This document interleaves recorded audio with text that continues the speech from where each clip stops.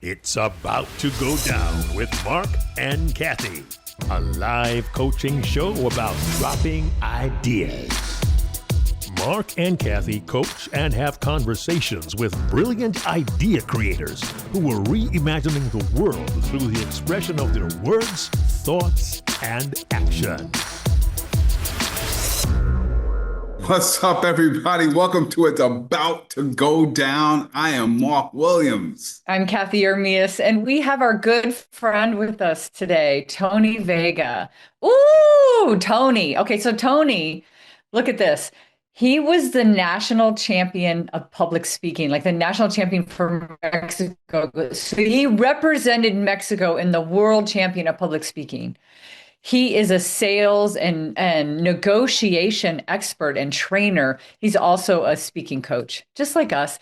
And he is a beloved member of our Speaker Skills Academy community. We love Tony. And Tony is here to talk to us about something that's really cool. Wait till you hear this. So he wants to talk about the thing that you can invest the most in that will give you the biggest return on your investment. Tony, welcome to our show. Cannot wait for you to talk about this and tell our audience all about it. Let's go. Well, first of all, thank you so much for having me here, Cathey and Marc.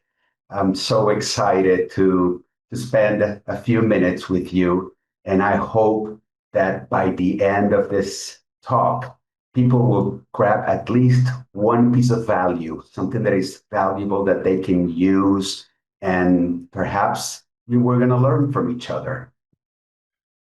The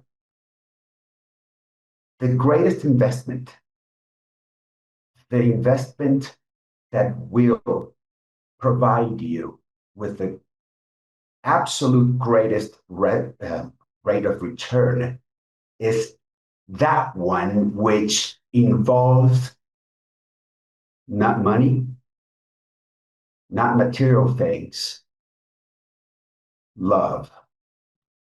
And that investment is our children.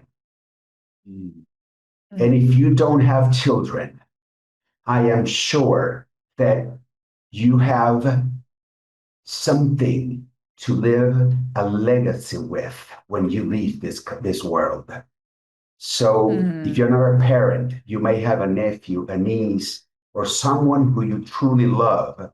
And it's that little seed that will eventually convert into a beautiful tree with great fruits. But for the sake of our conversation, I'm going to use my children, my greatest investment, my legacy. That's beautiful, Tony. You already got my heartstrings already. You got me at children, right? Yeah. And yes, I can speak as a parent. Yes, I can speak as an educator. I can also speak as a neighbor, right? And there's children in your neighborhood. We run across children all the time. I'm really loving that. You know, Tony, you started off saying, I want to start with my own children. So can you just share, like, when you talk about making an investment that has an unbelievable return, what kind of an investment have you made in your own children? And what has been that return? You know, sometimes I feel and think that, well, first I think, then I feel that I've done it all backwards. Yeah, because usually when we think of the idea of having kids, yes, we think about the love, right? But we all think about the responsibility, and we think of providing them with the basic, covering the basic needs. And I see so many parents working their butt off to provide. And don't get me wrong, I think that's great. That's being responsible. However, I say that they are our best investment because that's what they are, what you're going to leave this world with. So it's not about me. It's about someone else that will take the estafeta, the batuta in athletic. I don't know what the name for that is, right? Yeah, the baton, the baton. Baton. I always learn new words, I was in new track. phrases. And I was in track, so I know okay. that. Yeah. So is Mark. And the reason I say I did it all backwards, perhaps, is that I was doing really well when my kids were born. I had 2 homes. I was going to buy my third home. I have very nice cars. And then I lost my job where I was making at 32 years old over $15,000 living in Mexico, right? So like I was living off my 20%. So my world collided. It just everything went like upside down. I got divorced, and after that, I started making bad decisions. Like I wanted to keep my lifestyle, and I didn't have the money, the income to support that lifestyle, and I made wrong choices and choices that I don't feel very proud of, right? And today I'm 55 years old, and I'm not going to brag about it, Cathey and Mark, but if there's one thing that I have done well is raise my kids. Yeah. And I'm not talking money. I'm talking about investing hundreds of thousands of love in them. Yeah. Tony, I've known you for a long time, over a decade. I was trying to like really pinpoint how long I've known you. And you know how everybody has a brand and people that don't think about it. I mean, you're born with a brand. You literally, even in elementary school, you might be known as the kid that's always late or the smart kid or the whatever. You have a brand. Everybody has a brand, right? Part of your brand that I've always known you as being a spectacular, wonderful, phenomenal father. Actually, I'm sitting in great company because Mark also shares that same brand with you.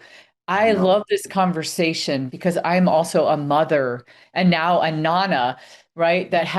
So this conversation is going to be so fun to dive into. And I cannot wait to geek out on some of the components. And I want to take something that you said, because you said, and what I wrote down and what you said were a little bit different, but I kind of wrote down that providing, yeah, you have to do it. It's kind of the low bar. That doesn't make you or break you as a parent. In fact, interesting fact. I learned a long time ago, maybe like 15 years ago, I was having a conversation with somebody about a family situation of somebody else. And I found out that the state of Oregon, the state that I live in, they will not take your kids away from you if you're homeless. And I remember at the time that shocked me. I was like, like, but you're not providing for your kids. And they were like, a house is not, that's not what taking good care of a child is. You can not have a home and still take really good care. And I think that was the first time I realized, wow, it's so much more than a home. And to me, that would have been the low bar, that you need to have like a home. And so it made me think, and I wrote down, what are you providing?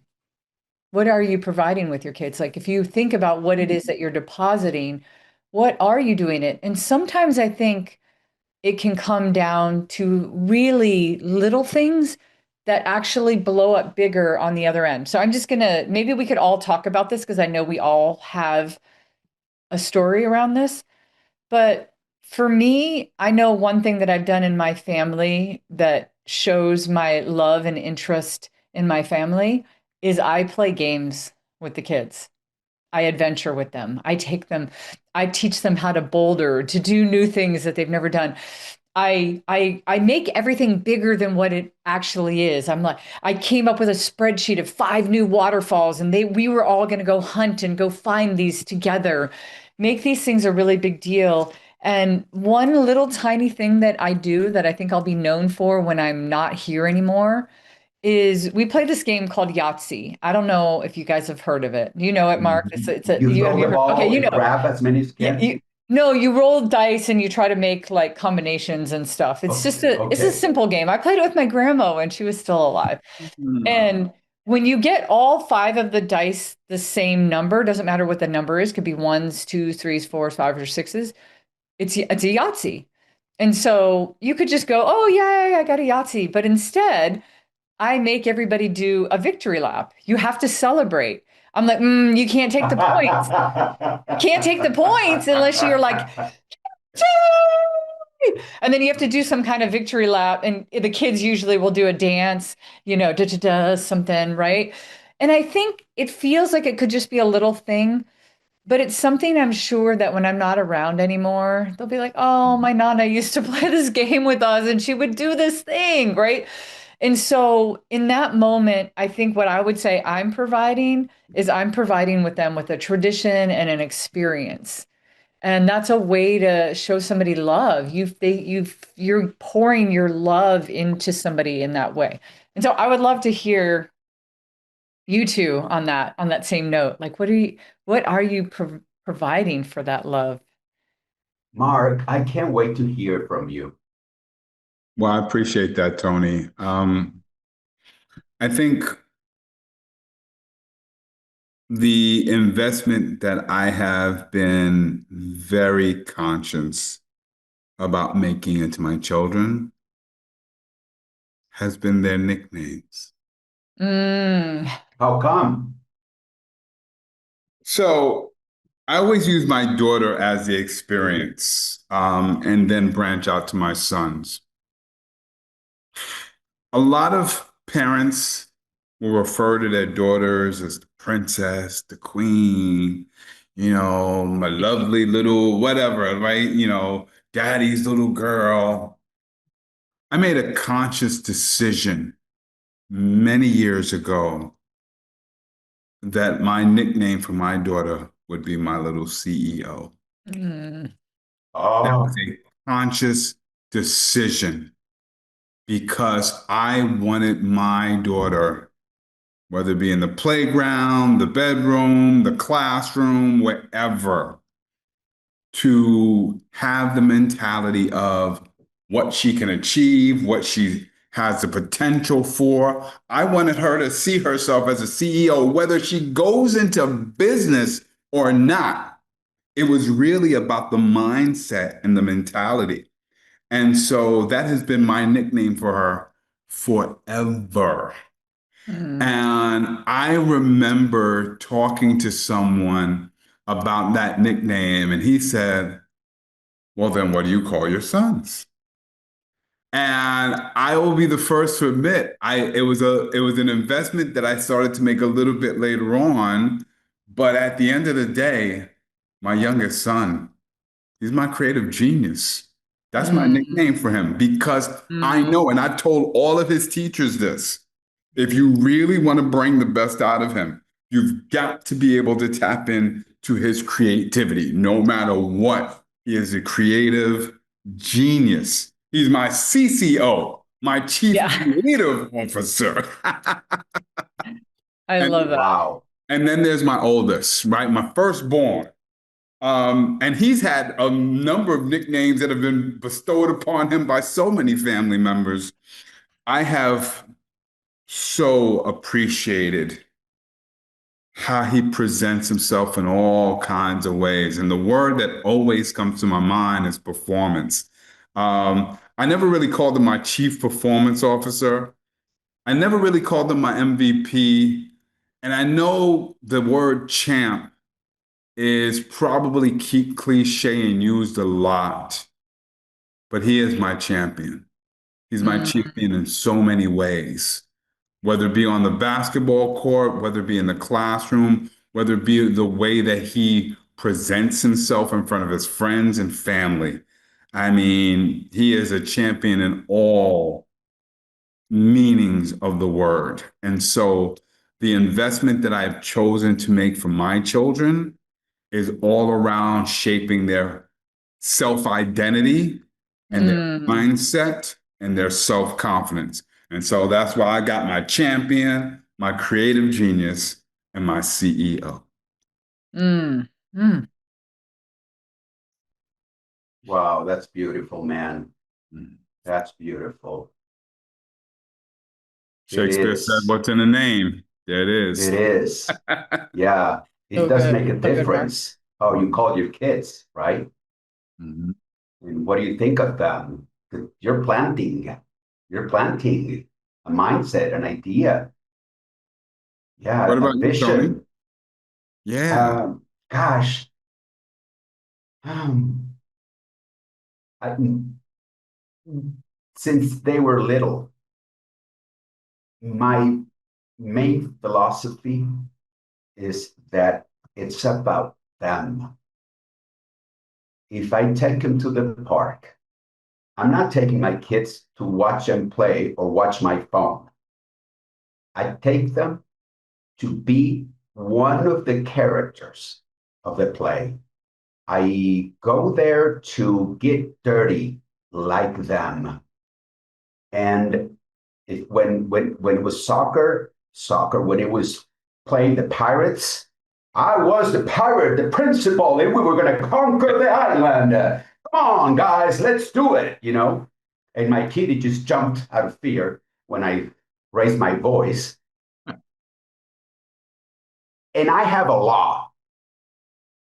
I have a law that I continue to do it with love, and I will do it till I leave. No cell phone when they're around. Whether it's playing, whether it's conversing, whether it's eating at the table, no cell phone. And I don't tell them not to do the same, but they do follow. Yeah. It's not what you tell them. It's what you show them. Yeah. Yeah. Yeah. So, and one last thing that has been key in my experience with my children is the word humbleness. I have learned to be humble in front of them. And by being humble, trust me, whoever is listening to this podcast, they have become my greatest masters. Adolescents don't want to be treated as children. They want to be treated as men and women. And if you treat them as such, you will be surprised at what can come out of that. So, no cell phone when they're around. If I have to go to the bathroom and check my WhatsApp, I'll do that. Not in the table for sure.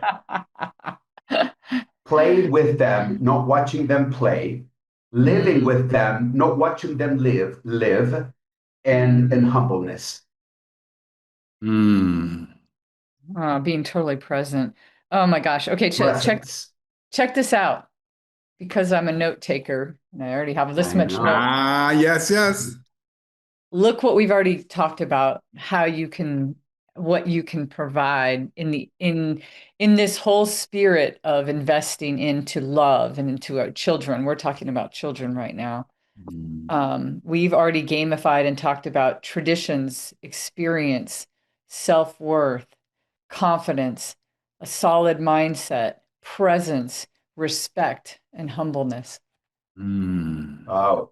Look at the, I just want to applaud you, Tony, for bringing this great idea forth. I think anybody watching it, I love that we're talking about children because they're the most, they're the most impressionable right now. They're young and we get an opportunity, to instill really good things into them because they might be going to school and people at school are not calling them the champ or the, the CEO or creative genius, right? Or they're not maybe being respected or people aren't present with them at school, Tony, right? And maybe people at the school are not giving them experiences, but we get this opportunity to intentionally do something that might seem like an accident to them right now.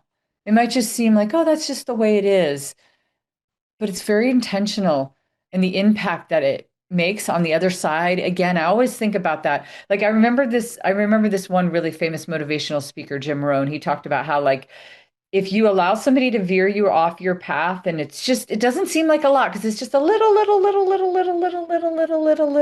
and then one day you look and you wonder why you were how you got that far off path. But we're doing the opposite in a positive way, is we're gamifying and grabbing all of these things that we can invest in. And on the other side of it, you go, well, of course.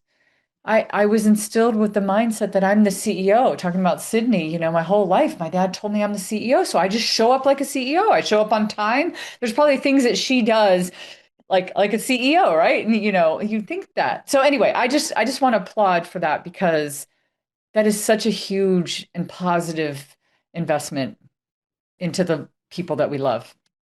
I'm influenced by some of in education, we call them the graphic organizers, right? Um, and I see this web starts off with a circle with the child, and then it's just branched off, and there's these little circles, and inside each circle is a different way that you invest in your child. What this conversation already, and Cathey, thank you for sharing that list of all the different things that have come up. Yeah. What I would add, or what I would also pull from the list you gave, is a very critical word, which is intention. And I think that as parents, sometimes we can get into the routine of every day. Right, I'm thinking about a conversation we had, an episode in this 12th season with Rabia, when she talked about how 45% of our human time is on like autopilot, right? And I think the same can be true for parenting and looking over children, right? There are just some things we just wake up and we just do, right? And sometimes we just parent. To get parents to think about what is an intentional thing that I can do on a regular basis with my child or children that will shape their lives. And I say that because there's this, I don't want to say haunt. That's not the right word. There's this thought that's always in my head. I don't know if this is going to be the moment that my child will remember for the rest of their lives. I don't know. That one thing you said to your child might be out of the whole lifetime. Remember, Mom, when you said that?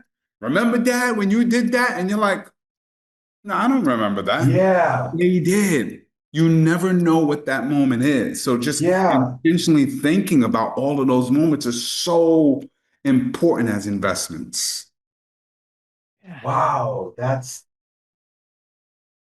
you never know what's gonna be. You think, like for example, every day I meet with every son for at least 15 minutes or 30 minutes. And I am reading a book with Juan Pablo, Atomic Habits, and I am reading a book with Santiago, Erroneous Songs, which is this book right here, Zonas Erróneas. And and also I deliver a keynote speech for them.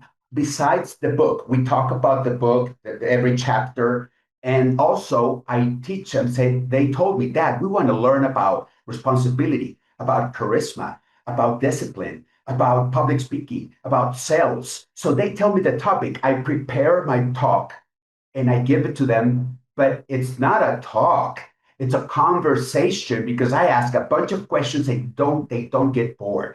So, and I was thinking that that's probably it now, but maybe not. Maybe not. It is something that I certainly enjoy, plus I get to practice.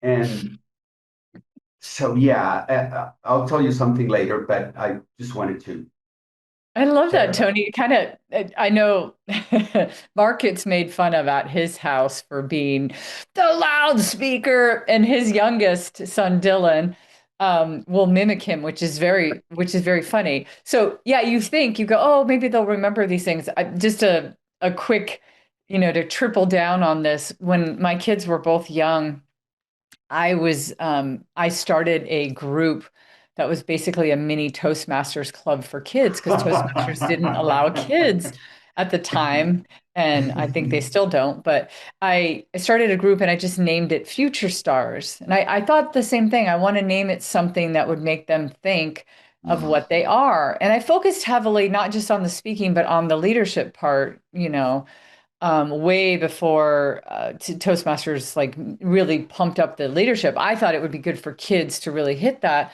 And so I made them do things like, I tried to make it fun. I made them do things like where they'd have to do like a mini debate. They'd have to watch the same movie and one person have to say why they didn't like it and the other person had to debate on why it was good. And then I ran leadership projects where I gave them all three teams $20 and I said, go make them do whatever you want with this $20, but whoever comes back and makes the most money is the winner. But then find an organization too that you can donate the money to. Like pay me my $20 back, but like no, I donated it as well. But they, and the team that won like was so smart. They used very little to buy supplies to do a car wash and they made hundreds of dollars and they donated it to a cause. And they were giving speeches. And at the time, every time I felt like a complete failure at the time because I'm running this club for all these kids and my own two kids every time that it would come around on a Sunday that we had to go. And kids are like, oh, I don't want to go.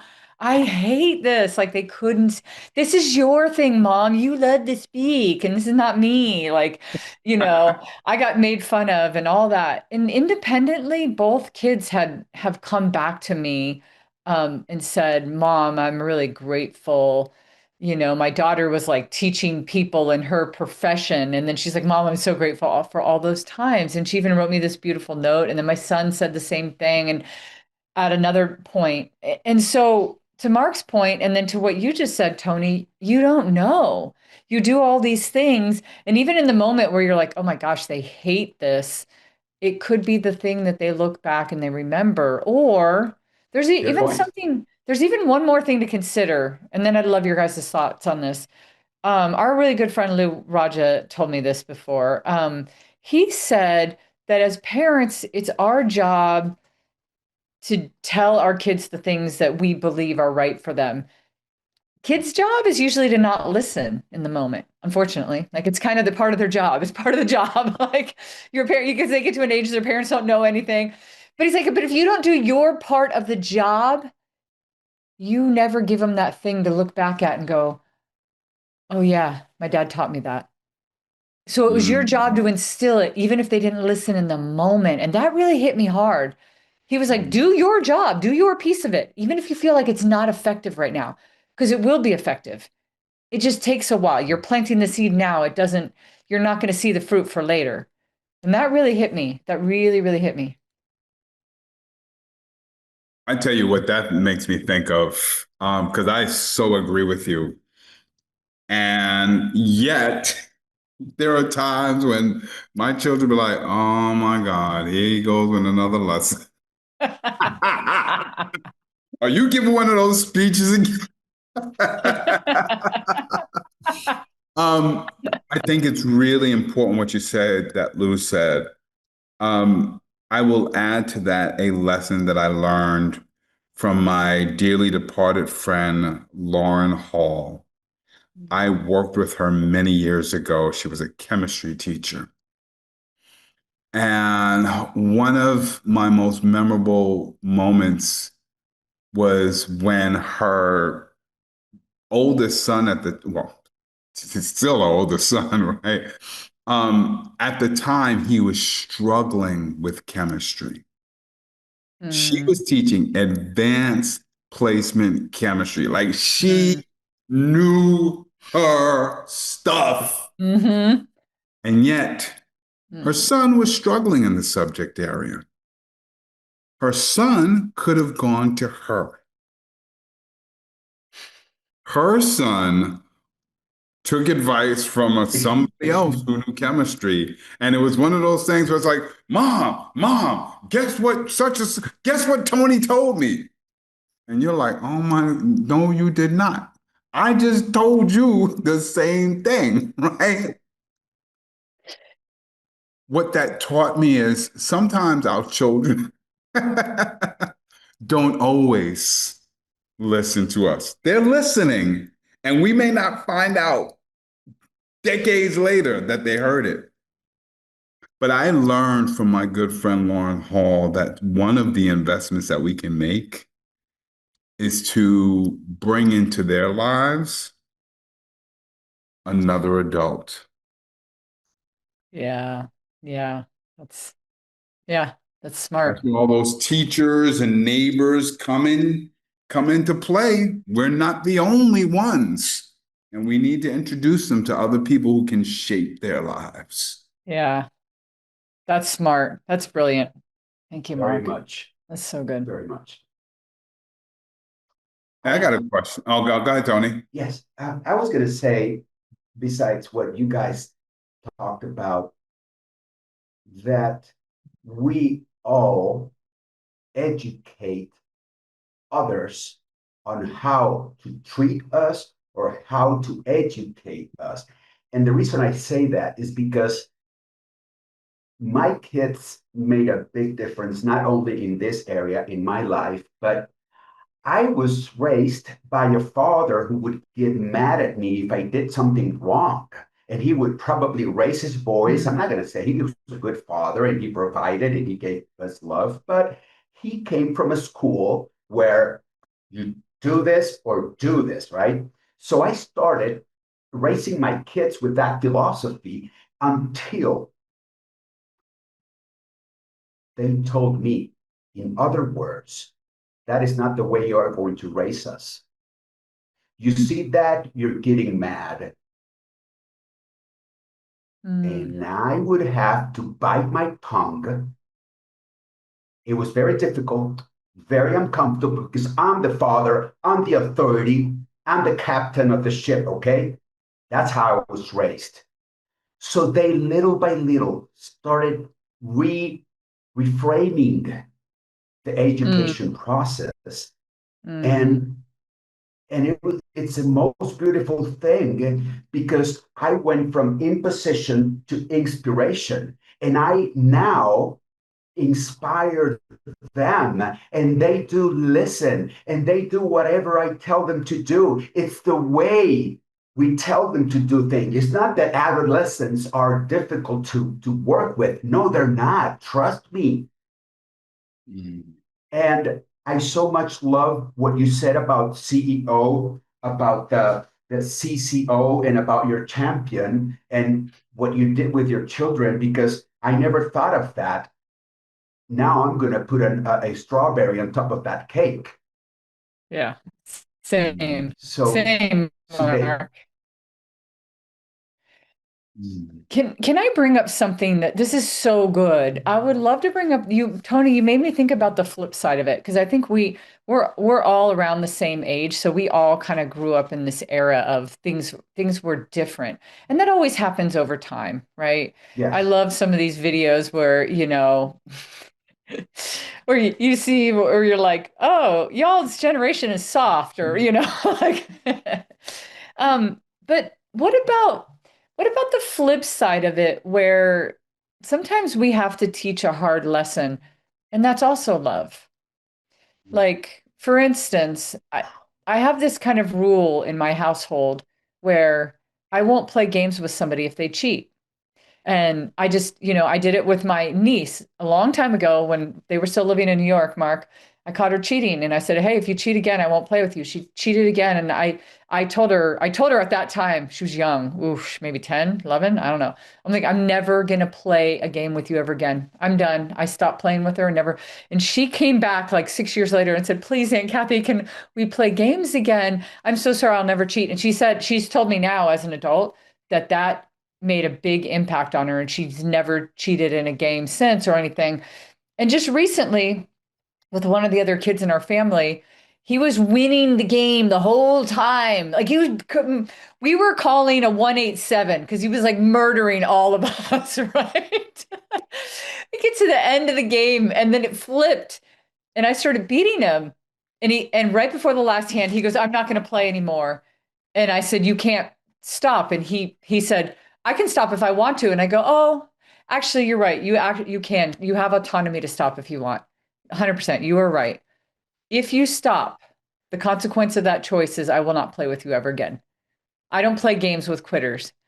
You were fine when you were winning, but you weren't fine when you start losing. I won't play." And I think that people have respected that but it's the harsh side of the love, right? It's the tough love side where you go, "I love you, and so I'm not going to let you do this thing." And this is where so I'm just curious your thoughts on that.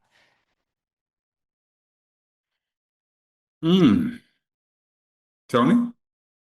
Mark's like, "I got to Sure. think about this tough love thing. I I don't gotta do think about that." that one.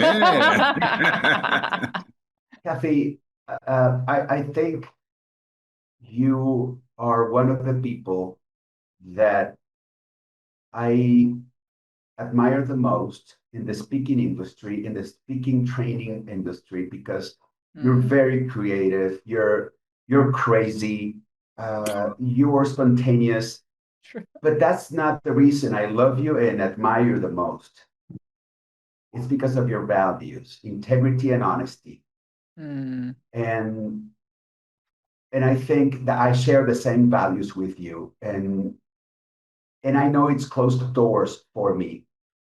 But with children, you can't go wrong with integrity and honesty. And sometimes I know I have not been, how do you say, integral when Yeah. I'm, Yeah. yeah. Integral. And they know I don't teach my kids, you have to be congruent because coherent, because no, I don't tell them that. I actually tell them, you know what, yesterday I wasn't congruent. I wasn't coherent. I didn't respect my values yesterday, and I'm sorry for that. They want to see vulnerability from you. They don't need you to be the CEO. They want to be the CEO, just like Mark is racing.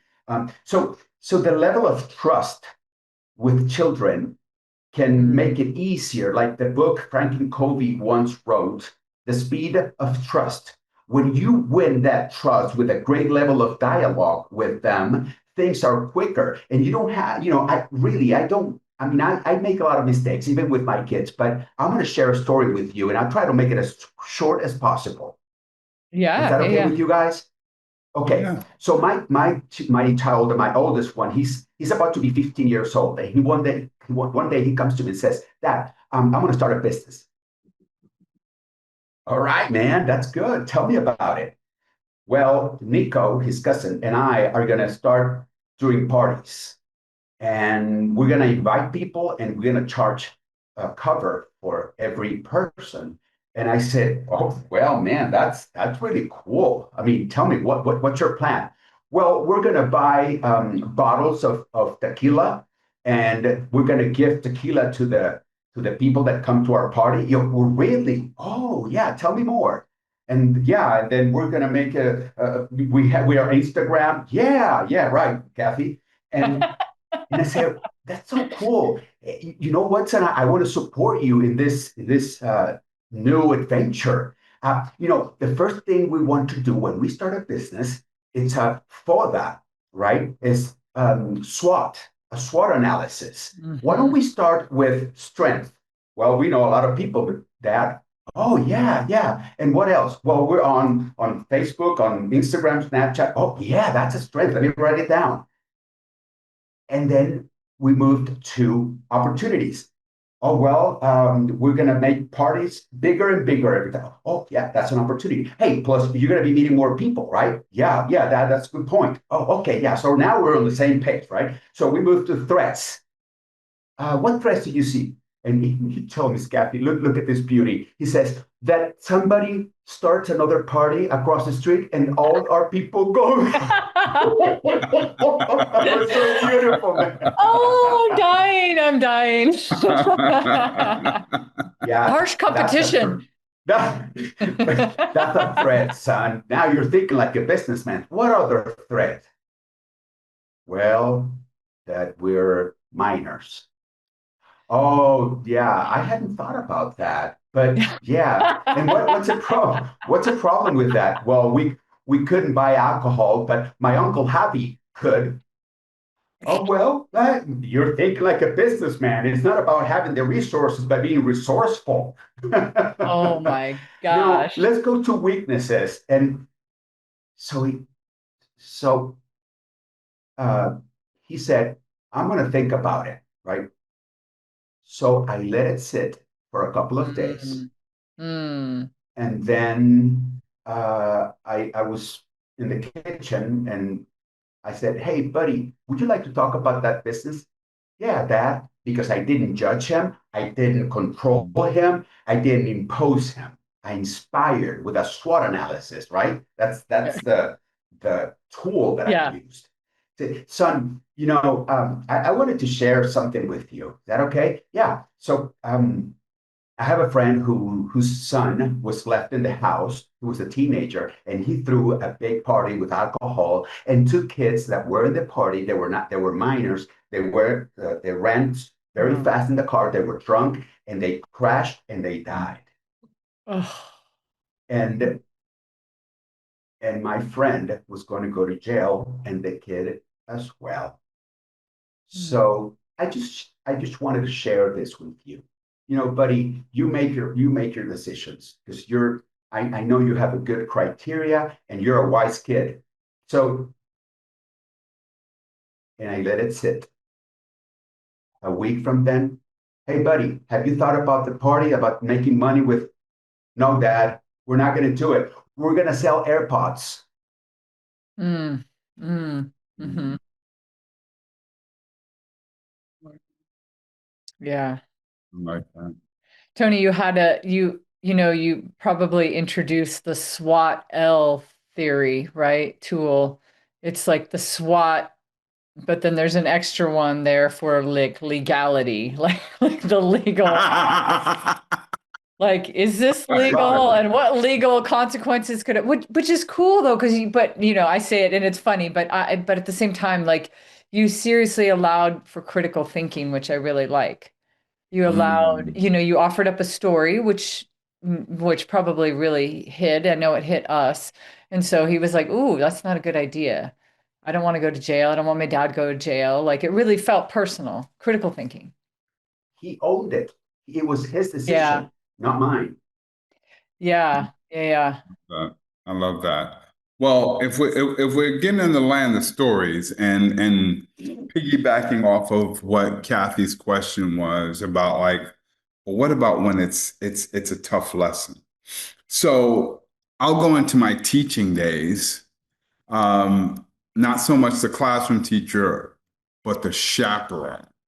Oh, this ought to be good. So we took them on an overnight, winter trip. It was actually like 3 nights, 2 days, whatever it is. And we had some very strict rules, right? Like we used to put tape, after curfew, we took attendance, we put tape on the doors so that you could not leave your room until we came back in the morning and took the tape off. If the tape was gone, we knew you left your room and we'd send you home, right? We had all these kind of rules. We had another rule where we were often in places where there were other schools. And we said, yes, you can make friends and socialize with other students from other schools in social spaces. But another student from another school, especially from the opposite sex, could not be in your room and your door. And if so, the door could not be closed. So I give you that context. I'm walking up and down the halls doing my chaperone thing, and I hear the music.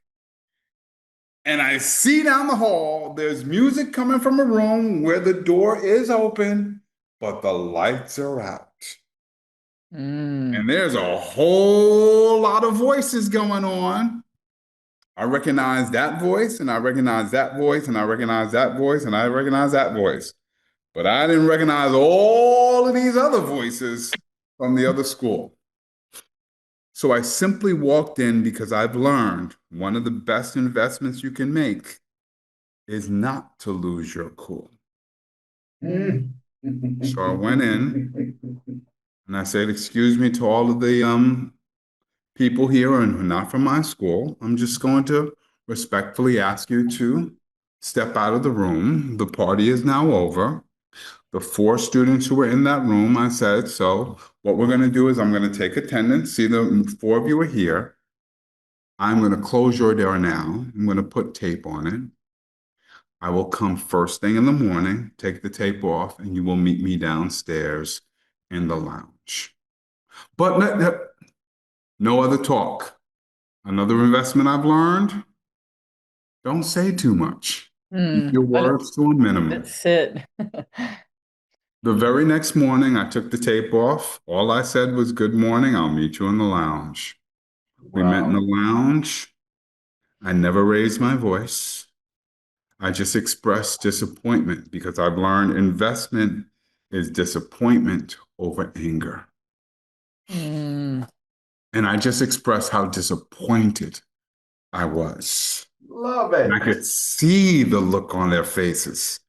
And then Tony and Cathey, I will say, I told them, for this, you are no longer going to be able to go to the prom. Yeah, I went deep. I dropped a hammer. Now, this was still probably about 4 months before the prom. And yes, for weeks leading up to it, but Mr. Williams, please, Mr. Williams, please. Sorry, I said what I said. But here's the other deposit that's really important. I paid attention to how they were behaving from that point forward. They never were disrespectful. They never were resentful. They were doing their thing. And so I learned that a very important deposit is also forgiveness over zero tolerance. Right? And so because of their behavior, I said, you know what? You can go to the prom. I don't know if they'll ever remember that story. Maybe someday I'll go to a reunion and they'll share it. But I learned, don't lose your cool. Show disappointment over anger.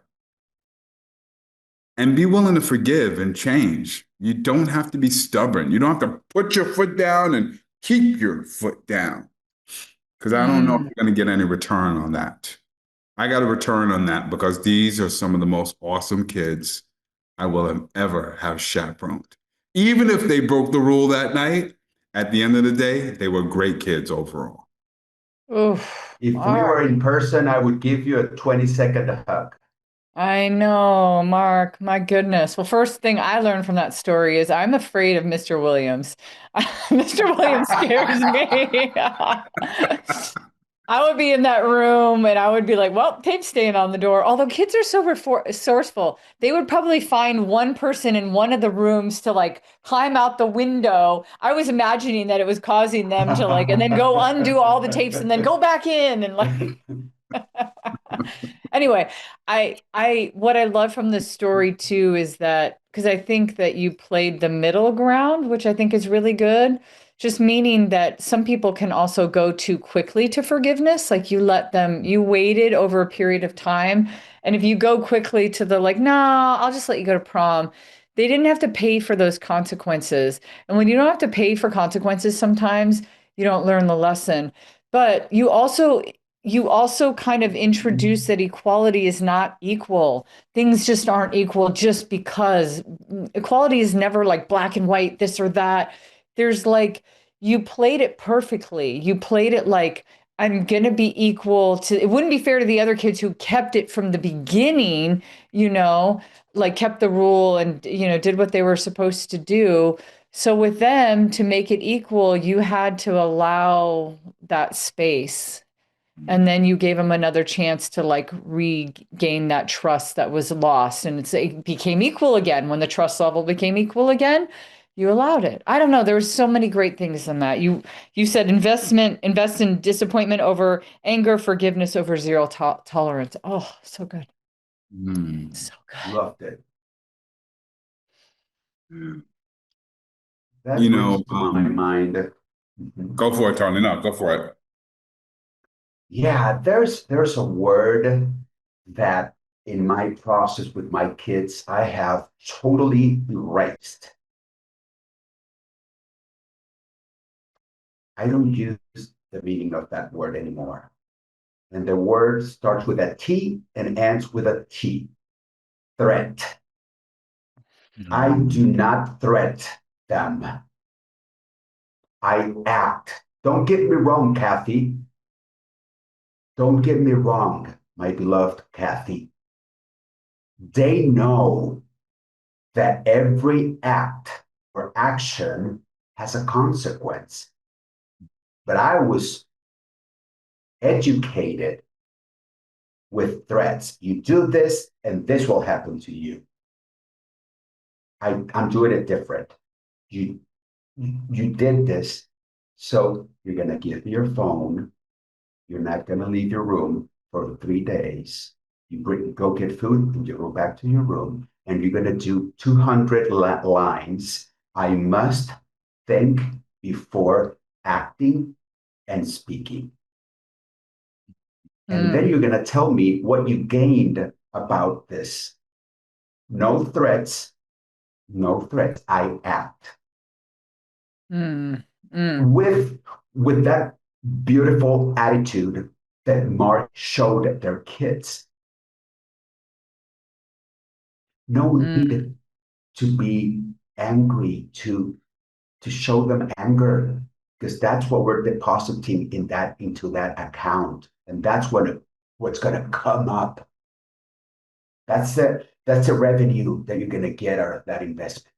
So I loved so much and identified with that act of love. Yeah, I love that. Oh, Tony, you brought up bad memories of being in Catholic school, and I had to write penances a lot, where I had to write 100 times of like, I will not do this or something. I one time made my daughter write a paper on integrity because I caught her lying. And I didn't want to tell her that lying was bad. I just wanted to do the flip side. I wanted to say, I want you to write me a paper on what you think integrity is. And I'm not even a teacher, Marc, but I think that was one. I was about to say, you like, tapped into your teacher there. Yeah, I feel like that was one of my shining moments as a teacher that, you know, used educator. It was kind of an educator moment. But this conversation has been really awesome. I really have loved. I love that we talked about the good and the bad side too, and the bad side just being the side where you have to be the adult and you have to choose how you're going to act, Tony. I love that, instead of threatening. And even in Marc, in your story, you did not threaten, you just acted. And I'm sure they were very afraid. What is Mr. Williams going to do? There's tape on the door. We'll see him tomorrow, the lobby, like the whole, you know, there's a lot of respect I think you gained from the way that you acted. So thank you for sharing what you've gotten out of it. Tony, I'm going to ask you in a moment. One of the things that came out of this conversation for me that I didn't even really get to elaborate on, but you said it, Tony, in such a way that one of the most powerful investments we can make in our children is learning from them the most effective way they can be parented. Ooh. We think sometimes as parents, we've got all the answers based on how maybe we have been parented, but listening to them about how to best invest in them is an investment. So that was something that came out for me. Tony, we've had an awesome conversation that needs a part 2, 3, 4, and 5. Because there's I'd love to. a lot of adults in the world who have plenty of children in their lives that they can invest in. In the conversation that we've had today, what's like one thing that is either a shift in your thinking, a new idea, or just something that really resonated with you today? Oh, you got me emotional with that question. I think you never end learning until you die.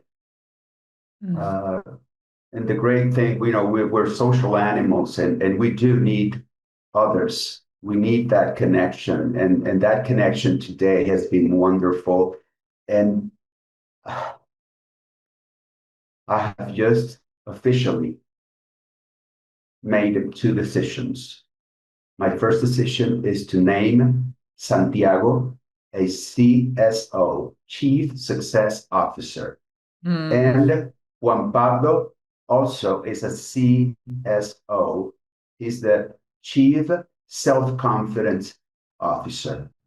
And my second decision, I am going to form a community to teach them how to speak, how to sell, how to negotiate, which is not taught at schools.